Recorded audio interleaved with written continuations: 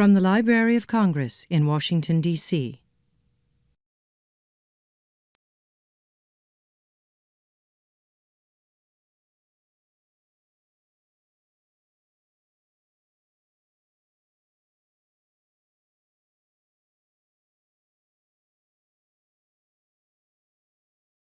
Good afternoon and welcome to the African and Middle East Division of the Library of Congress. I'm Mary Jane Deeb, Chief of the Division, and I'm very happy to see you all here for a very special presentation with Dr. Rana Al Kadi, who will talk to us about a fascinating subject that we have not often addressed in our lecture series, and that is Islamic architecture. This presentation is co-sponsored with the Middle East Institute, and I would like to thank more particularly Kate Seeley, the Senior Vice President of the Institute, for suggesting that the Library of Congress would be the ideal setting for this lecture. I also want to thank Deirdre, who is here, and I've just met from the Middle East Institute, there she is, and who has organized this program from the side of the Middle East Institute. But before we introduce the speaker today, I would like to make my usual commercial about our division here. As many of you know, our division is made up of 3 sections, the African, the Hebraic, and the Near East sections. And we cover we're responsible at least, for over 78 countries in the region, including the whole of Africa, Central Asia, the Caucasus, and beyond. And we invite people to use our collections. So this is a reading room, and it is in this reading room that people will come and do research. We're not a lending library. We're not like the public libraries that lend out books. We collect materials. The whole library collects materials from the whole world in all languages, in all scripts. In fact, this division collects materials in the vernacular. In other words, if you're doing research on Islamic architecture, if the materials are in Arabic or in Turkish or in Persian, those materials would be here. But if the materials that you want are in English or French or German or Italian or whatever, they're part of the general collection. So we are focused on languages rather than on national political entities as such. We're very active in acquiring and developing our collections. We're active in serving our collections. We also do displays. We brief people. We have groups that come, often organized by different organizations or by the International Visitors Program of the State Department. So we do a great deal of interacting with people from our regions. We have had exhibits, major exhibits, in the past few years, and we hope to have more of them. And we also invite scholars and experts who have researched and done work in our areas of responsibility to share with us their insights and their findings, so that all of us attending and participating in the programs leave enriched with new information and a better understanding of the cultures and societies whose publications we collect. A case in point, of course, is the scholar we have today. Dr. Al Kadi is from Saudi Arabia and a native of Medina, and therefore well located to discuss this important subject, Islamic architecture. However, there's a twist here. Her research on Islamic architecture has focused on the western part of the Muslim world, or North Africa and Spain, rather than on the eastern part. At least this is my understanding. Perhaps you will correct me. And I hope that you will tell us what it was that drew her in that direction. But now for a fuller introduction. Dr. Al Kadi is our own Arab world specialist, Dr. Muhannad Al Salhi. Thank you.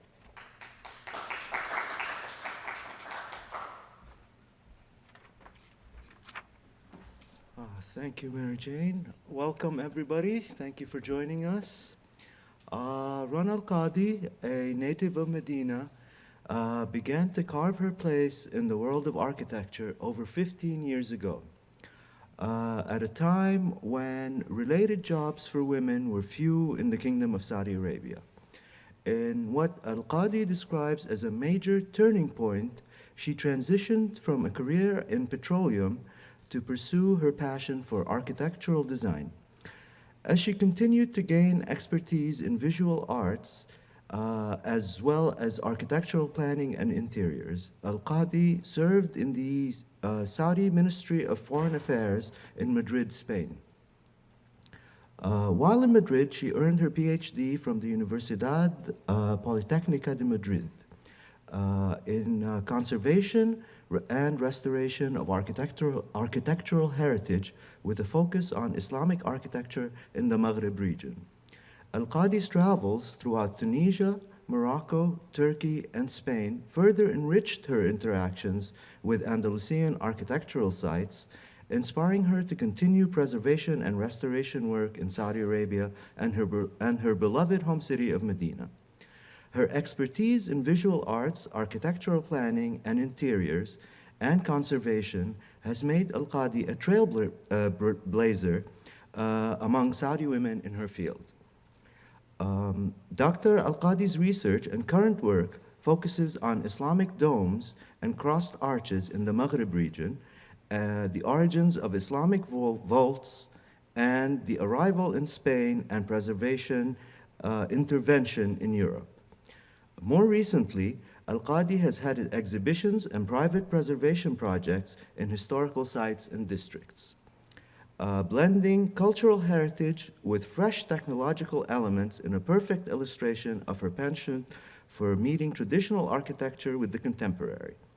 Her work offers a fresh look at Islamic architectural elements that bridge geographical, regional, and historical contexts. Just a quick note to the audience. While we welcome, this event is being videotaped, as you can see, so we welcome you to ask questions during the question and answer period, but please be aware that by asking questions, you are giving your consent to being videotaped, and your voice will be videotaped as well. Also, we're going to keep you busy today. There are two sets of surveys, if you're so inclined. There's one from our division, and there's one from the Middle East Institute.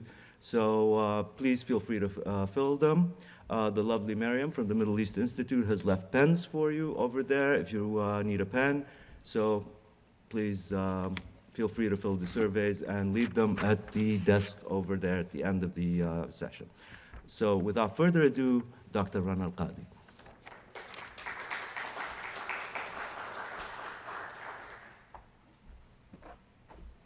Thank you for the introduction. I'm so happy to be in this beautiful place talking about my passion, Islamic architecture. Have you ever thought why it is called Islamic architecture? Like, we're talking about civilizations that have covered massive area from west to east, yet it is named with a belief. If we want to talk about civilizations that were based on religion, like Christian architecture or Jewish architecture, they are never labeled with their beliefs, except Islamic architecture. Have you thought of it? In reality, Islamic architecture, it's not about a space to pray. It's not about a mosque. It is philosophies in art, philosophies in selection, in creating elements, patterns. So today I'm going to talk about these philosophies that I have figured out while my research, doing my PhD study. Let's go back to the birth of Islam. It started in Al-Medina. There was no architecture at that time, only mud buildings, like traditional buildings. only one structure was in the Arabian Peninsula, which was Al Kaaba. The Prophet of Islam was died, and they have moved and shifted the capital of Islam to the north, to the Levant. And the first Islamic civilization was called Umayyad, in Arabic, Al-Umayyah. So what had happened from being in a desert in the Arabian Peninsula, they have shifted and was exposed to the Roman architecture, Byzantine architecture, and Sassanid architecture. It was like a shock, seeing marbles, mosaic, domes, seeing this massive architect of Roman. So they got influenced with these elements. Now, when we go back to Islam,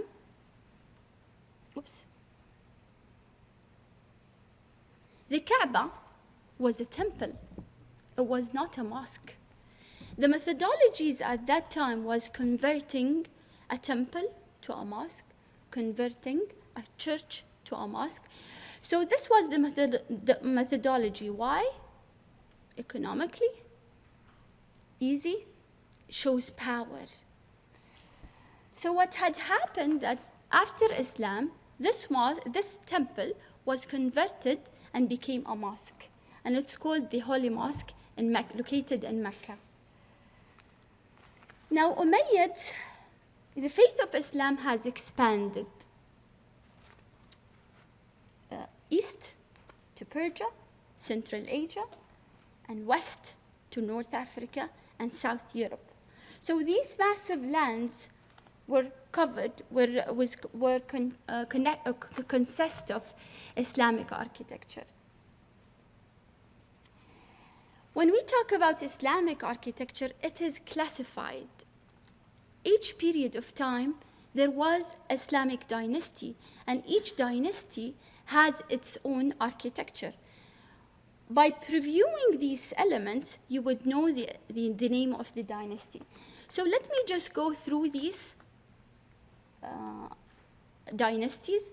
The first dynasty was the Umayyad in the Levant. Then Abbasid architecture, which is in Arabic, Al-Abbasiyin. Tulanid architecture, which is Tulaniyin. Fatimid architecture, which is Fatimiyin. Aghlabid architecture, which is Al-Aghlabiyin. Seljuk architecture, which is As-Salajiqa. Ottoman architecture, which is Al-Uthmaniyin. And Al-Mughal architecture. So these are part of the Islamic architecture element. Whenever you see them, you understand that these empires were in these lands. How this architecture has transferred. You're talking about massive area, miles. It's west and east. Like if you take a plane to these places, it takes hours. What about traveling using camels? So these road trips used to call caravans, a caravanserai. It famed in ancient time. There was two routes, one in the summer and one in the winter. It started from China, going to Afghanistan, from Afghanistan to Khorasan, another road from Afghanistan to Persia, and from Persia going to Iraq, and from Iraq you go back to Damascus, and from Damascus you have two roads. You go to Europe, to Italy, or you take another road from Iraq to Egypt, from Egypt to Morocco, and from Morocco to Spain. So these were the stations. The caravan used to have, like people used to carry animals, carry food, carry art, carry human being. So it's a long road trip, and culture used to go back and forth. The thing is, when you look and observe the Islamic architecture, just like amazing art with philosophies that sometimes, like, it has definition. It can be like all of a sudden this architecture was created. So I had this curiosity of understanding how these patterns were created, the bricks, how they are overlapped, the ornamentations, the calligraphies. From where was the start? You're talking about decades of art. So my passion toward this started in Spain. Did anyone go to Andalusia? Oh, lucky you, 1, 2, 3, 4. Oh, I have friends here. Did you get this feeling of like tremendous art that have significance that you cannot understand from how much the beauty of it? So I started, because it's part of my culture, wanting to understand this philosophy and linking religion to this philosophy, how they were developed. So in Granada, where is Alhambra, I was like, every time you go there, you feel like you never saw it, because it's lots of art that you cannot observe from one time, from one visit. Observing these architectural elements, the bricks, the stones, the arches, the colors, the domes, the details, and here was the big shock. What is this? How can you identify this element? Is it a dome? Like, what can we call this? It's tremendous art that you cannot explain. And I wanted to know how they have created it. How is the structure, the construction, how many years it took them. So I started searching for philosophies and understanding, going to vintage shops, trying to buy books to understand it. I'm having here, like, it is star connected with the wall, with the ceiling, that you cannot describe the space. So I figured out one of the great philosophies in art, in Islamic art, which is called the panic of the emptiness. And it means that a flat form and you extrude it. So it's like panic. And from here, the concept of these elements started to be created. Like they design these patterns, flat designs, and then they extrude it and make it 3D. So I wanted to know more about these patterns, from where they were abstracted. And I found vintage drawings from Persia. And I tried to think and analyze and read more, and surprisingly, these patterns were extracted from Quran. The Quran is the book for Muslims, and they started translating these verses into art. So they calculate, for example, it's written like here, Allahu alladhi khalaqa sab'a samawat, 7 skies.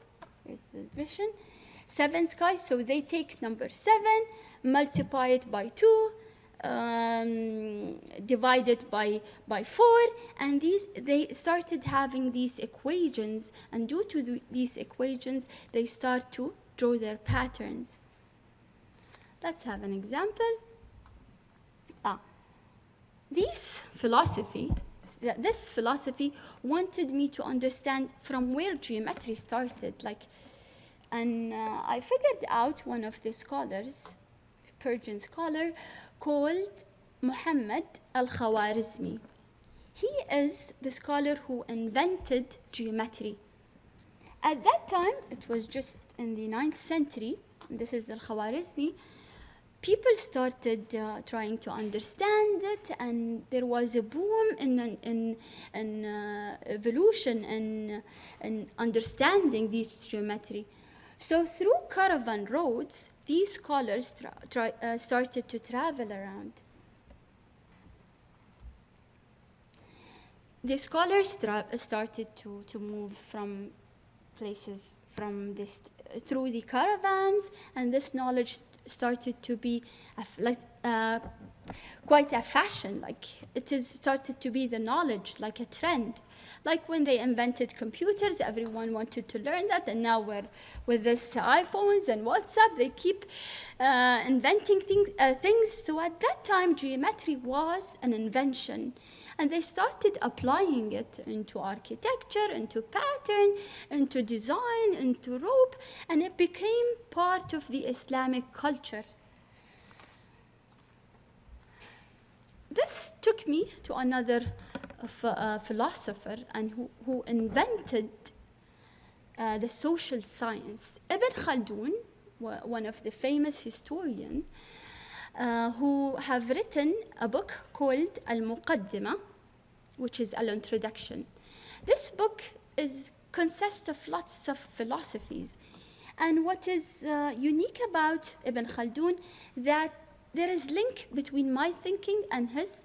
He linked social science with history and civilizations.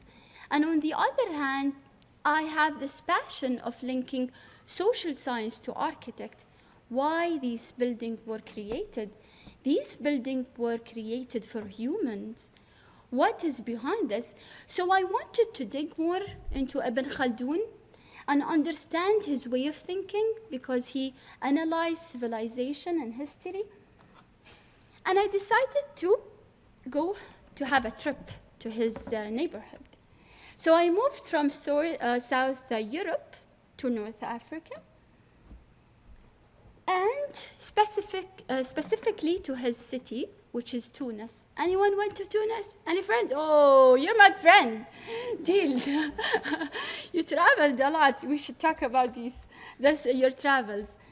The thing is, I wanted to understand, because you cannot think, there is something about the environment. Like my passion started in Spain.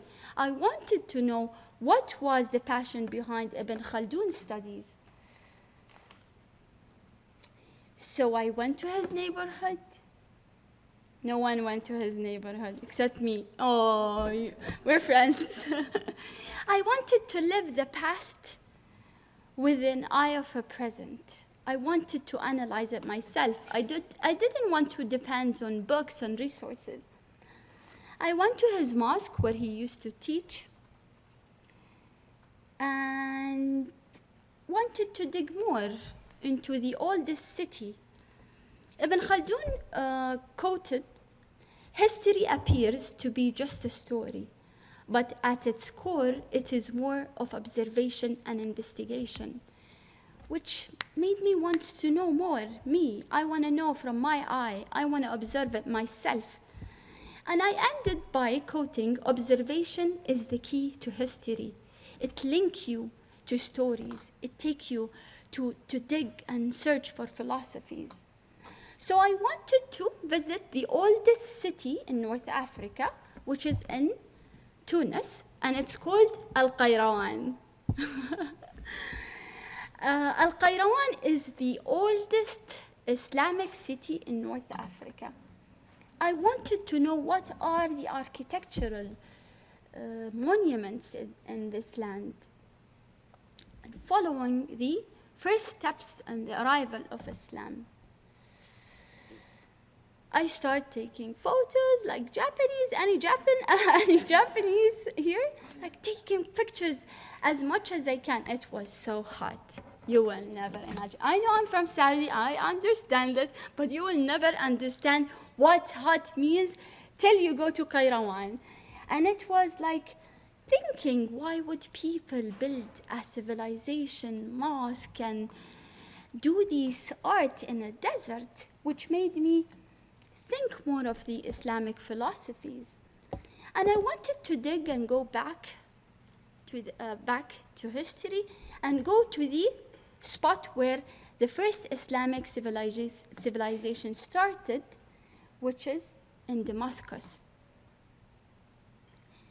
I wanted to double check on the form of the mosques and compare between Andalusia and North Africa, Tunis, and in the Levant, Damascus. And I figured out great similarity in the form of mosque. But guess what? This mosque was a church. The elements that the great mosque of Damascus were part of the Byzantine architecture, the tower, the chamber hall, the dome. So Muslims, when the Islam religion, when it expanded and reached the Levant, they were exposed to this culture, and they started adapting elements from the past. The tower, the Christian tower, or part of the Byzantine architecture, became minaret, and the chamber hall were used as well in the Islamic architecture. It is the entrance before you enter the prayer hall. And they also adopted the domes. So I wanted to double check on the old cities of the whole lands, and I went to Fas, which is located in Morocco. It is the oldest city in Morocco. And different art, different forms. If we compare, it is more similar to Andalusia. So Morocco and Andalusia have similarities, while Kairouan and Damascus has similarity. So there are forms, like the mosque are not one structure or one form. So I had to, in Fas, I figured out the first Islamic creation, which is the ribbed vault. It was not extracted from other civilizations, and it was created by Muslims. It is a dome, cross-arched, forming a dome, and they were similar to the one in Andalusia, and they are considered the first architectural element created by Muslims. As I have said before, they were influenced with previous elements, but this was an Islamic creation, and the patterns are geometrical.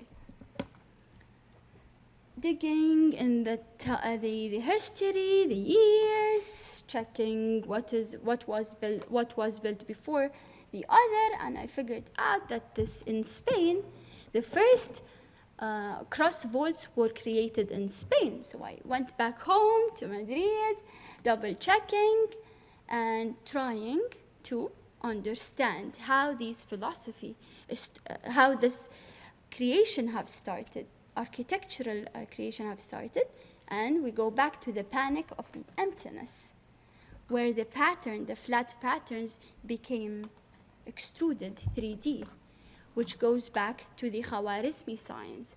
So they created on these philosophies to create an art.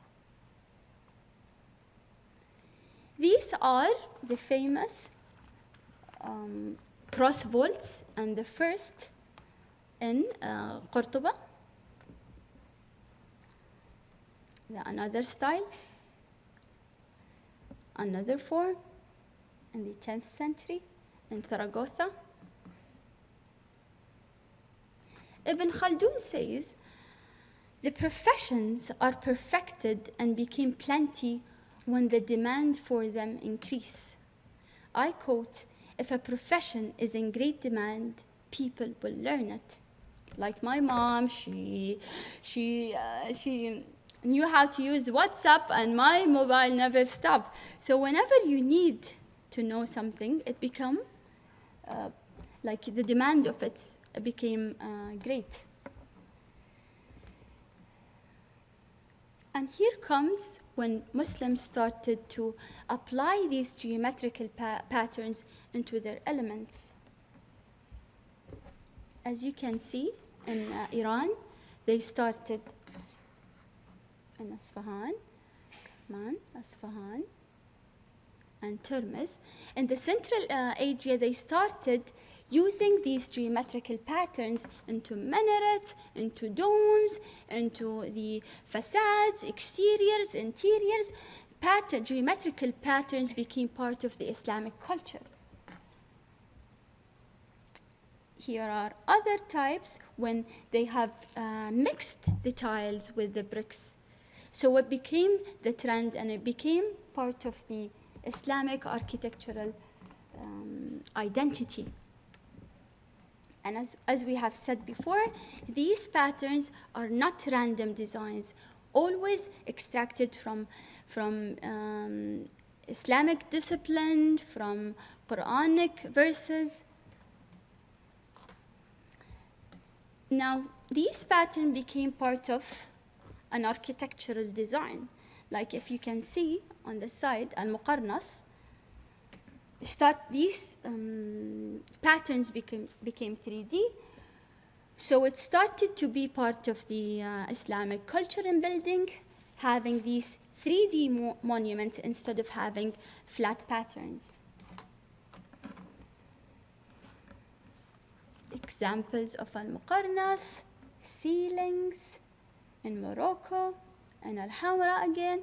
So my study and trip and journey going back and forth lead me back to al-Muqarnas where I started, Qasr al-Hamra, to try to understand how this architectural element was developed. And my studies about these philosophies and geometrical designs reached me back to al-Hamra. Oops. This is supposed to be me. Ibn Khaldun quote, "Language is one side of people's thought." And I quote, "Language is a way to explore history." Normally, when we read about any subject that interests us, we read it from looking for our language. And from my observation and studying, I figured out it's wrong. If you want to know a certain science, you have to know it with the language of the person who have written it, because translation changes the meaning, changes the philosophy. And from the whole trips I understood, understanding people way of thinking, the way to explain their knowledge is very important. That's why I try to understand Persian, start to understand Spanish, and even Al-Darija, which is the language of Morocco. And that's the whole story of the geometrical Islamic art. And I took you to the journey to understand my philosophy and the panic of the emptiness philosophy that was created by Muslim, and started to travel around the massive lands from east to west. Thank you for being here today.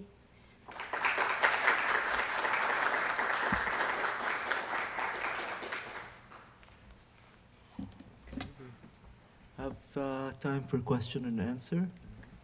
Eve? I'd like to know if the crosshatch, beyond the design element, if the crosshatch dome was meant to function like the buttresses and some European domes to distribute the weight of it.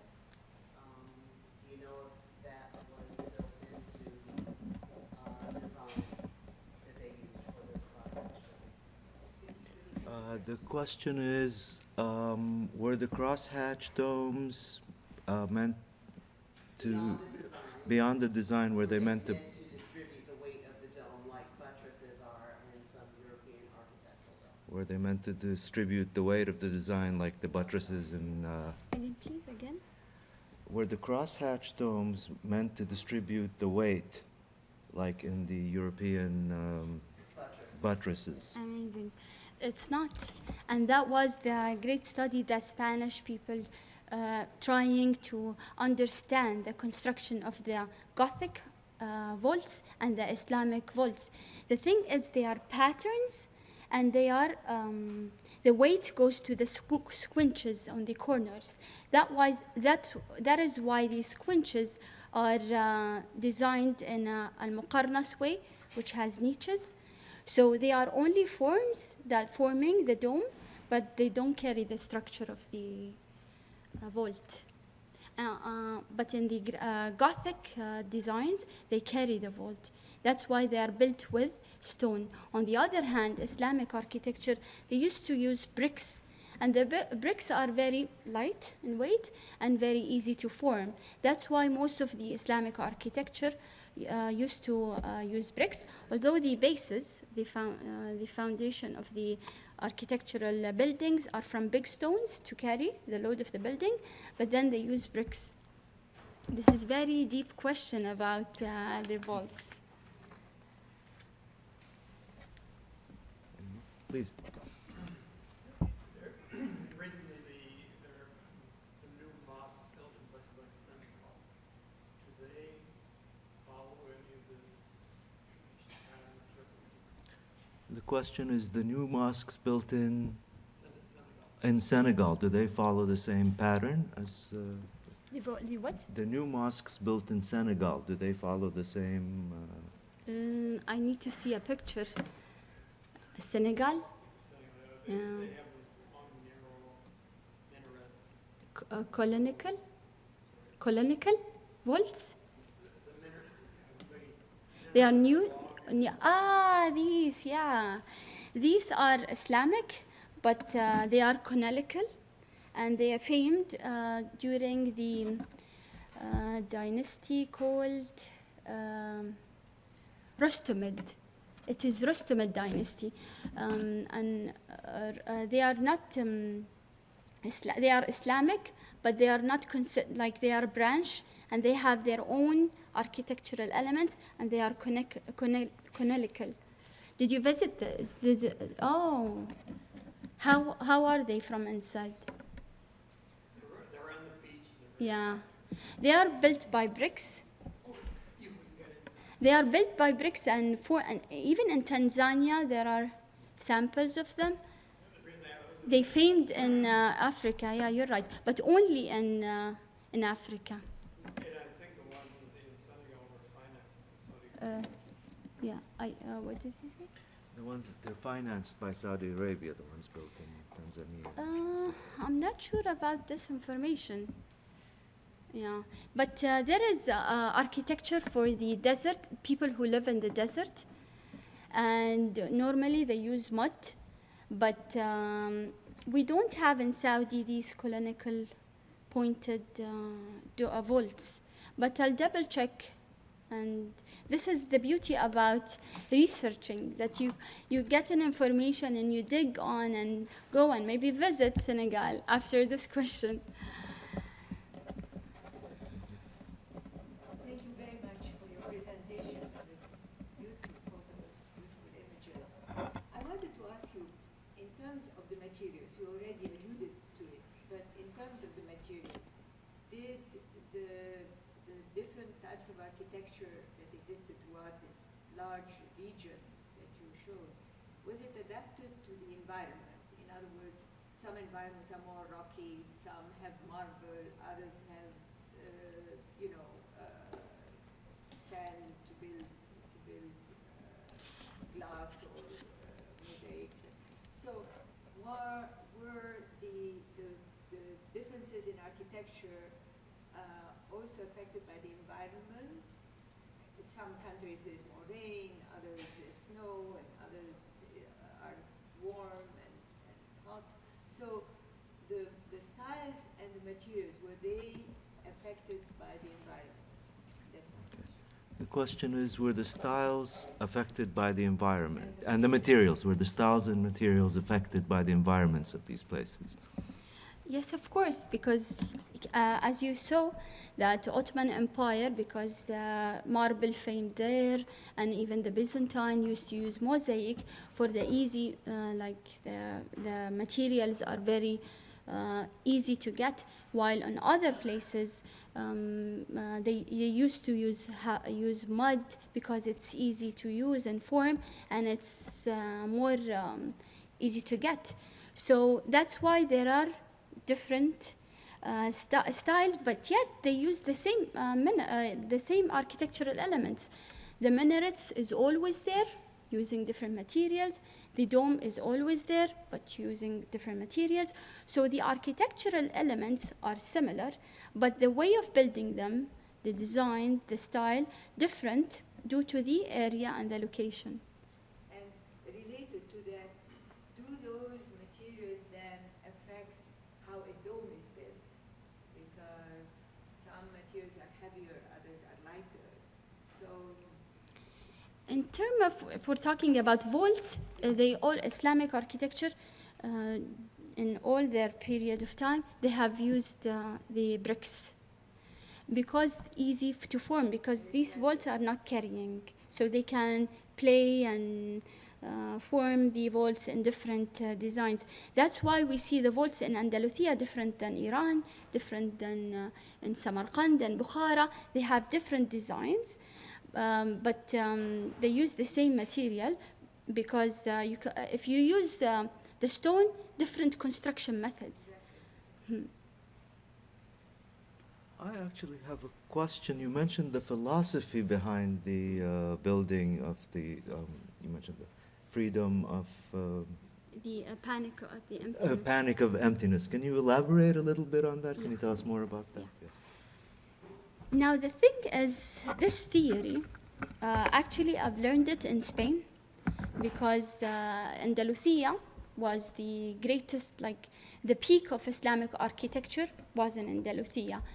And they emphasize in universities a lot about Islamic architecture and became part of the Spanish culture. Like you go to kindergarten school and they teach them how these patterns are built because it is part of their history. It became part of their heritage, although it was built by Muslims, but is the culture of the land.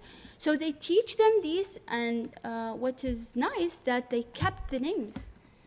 There are 3,000 world, and even the vocabulary of the Islamic architecture still used the same. You see Spanish person talking to you, saying al-muqarnas, saying al-manar, saying al-mihrab. So these became part of the culture of the city. And so I wanted to know more because it's an opportunity. I am there and I wanted to study more about Islamic architecture. And I started digging in this. And in our university, Al-Muqarnas considered one of the very complicated architectural elements. Like until now, lots of researchers trying to understand how these elements and parts connected together.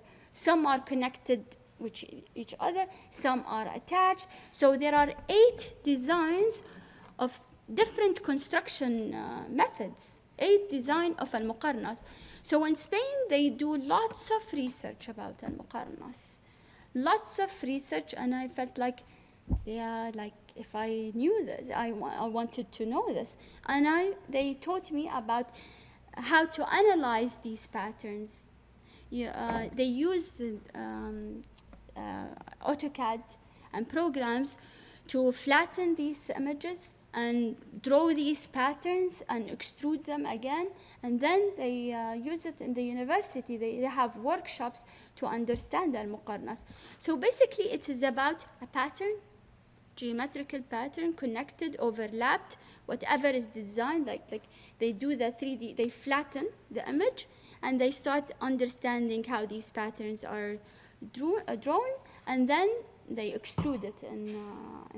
So it's basically about a flat, and then you extrude it to become 3D, which was long time ago, the 3D. Now we are in AutoCAD understanding how to extrude these elements, but it's amazing that they discovered this long time ago, and we never knew about it.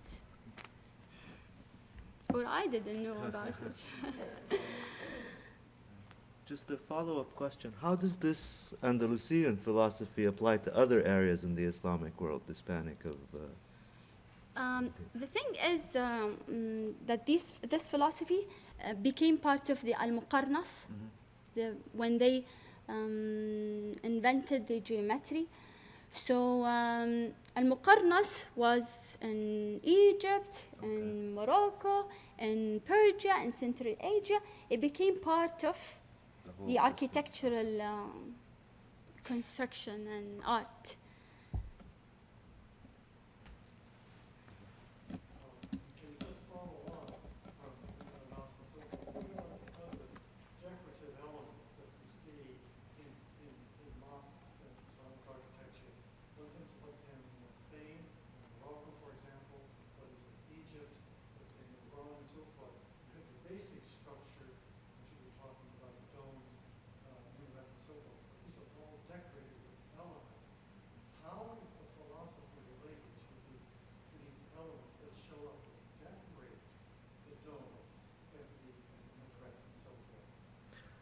So the question is, how do you account for the other decorative elements in the mosques in various regions of the Islamic world, aside from the, How do?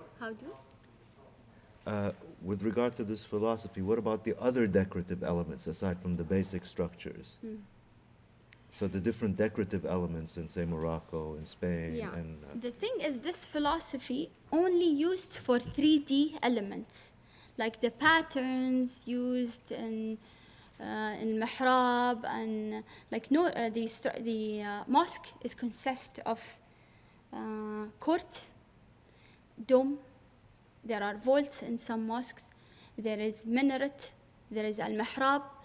So the thing is, this philosophy is only applied for 3D architectural elements. The other decorative, the patterns, does not apply. This philosophy does not apply on the patterns that are used into calligraphy, for example, or the geometrical patterns and tiles. It is only used for the 3D because it's panic. It is extruding. I'm not sure if I answered your question, actually. If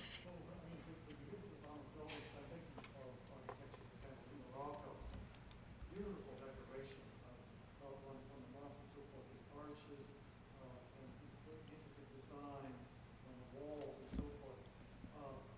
I think in some cases, these are out from the Quran verses and so forth. Are they not the additional elements that are two, what you're talking about is the basic elements? can you repeat? What, like the arches, the Quranic designs, the so on, are these also part of this philosophy? Or?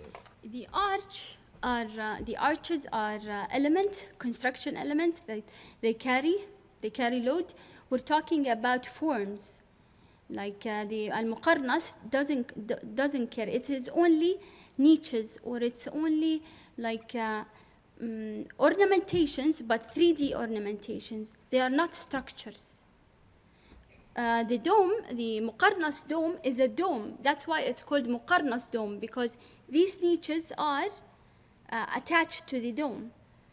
So the calligraphies are not 3D unless you're using bricks and designing. So it is not extruding.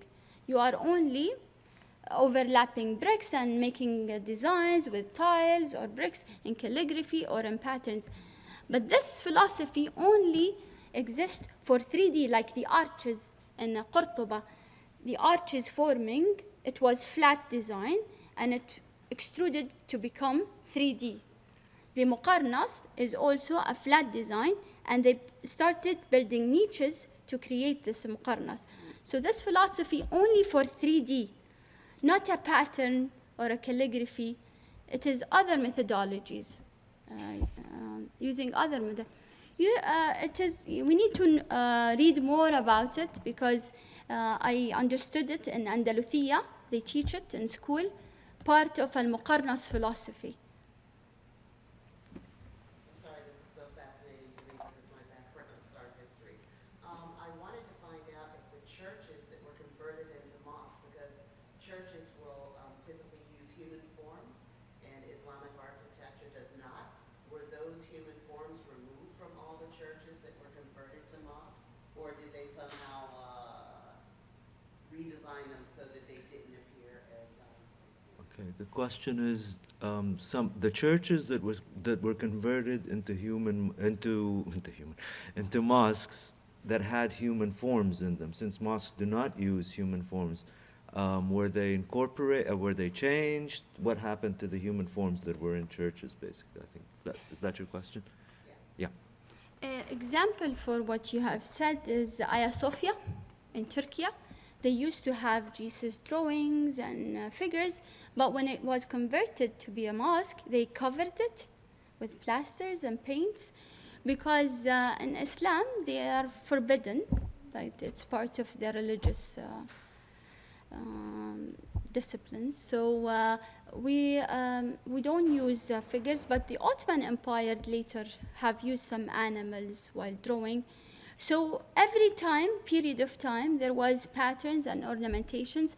That's why it is important to travel and observe yourself, because if you read an information and you see figures, you understood that maybe other civilizations were there, and you started digging and understanding. So, but basically in Islam, figures are not allowed to be used, but normally they, yeah. Just wipe them out. Yeah, wiped. I wanted to ask you about the structure of the courtyard, and what the square form and the buildings next to it. Is that a uniform thing that you find throughout the region? What is the original design? Why is it that square courtyard? The question is about the structure of the courtyard. Is that an original design, and what is the basis of it, basically? Is it everywhere? Is it universal? I love your question. I love your question. Because while studying, I figured out that the form of the mosque were influenced with two structures. Al-Kaaba, which is the black. If you can see in Iran, there are mosques which are cubic, which are influenced with the Kaaba, and the other one, which is with the court, was influenced with the Prophet Muhammad mosque. When Prophet Muhammad have moved from Mecca to Medina and he settled there, he built a mosque with a trunk of palm tree and muds, and there was a court. This type of plan called hypostyle, and it was extracted from Greek, where they used to use lots of columns and covered with a platform. So basically in Islam, during the history of Islamic civilization, only two forms of Islamic mosque. One is Prophet Muhammad, which has a court, and then was developed, expanded, changed due to the Islamic dynasty through history. And the other one, which famed in Persia and Central Asia, is the cubic one. So you can see only two forms, and like in Turkey, they started, instead of using one dome, they started using several domes. So the elements were changed due to the dynasties, but the forms of mosque, there are only two. And then were classified to 8, but we're talking about the whole form, like how to design. Some have bigger chamber hall, less, more minarets, 1 minaret. The form changes, but the influence were with the holy cities, holy structures.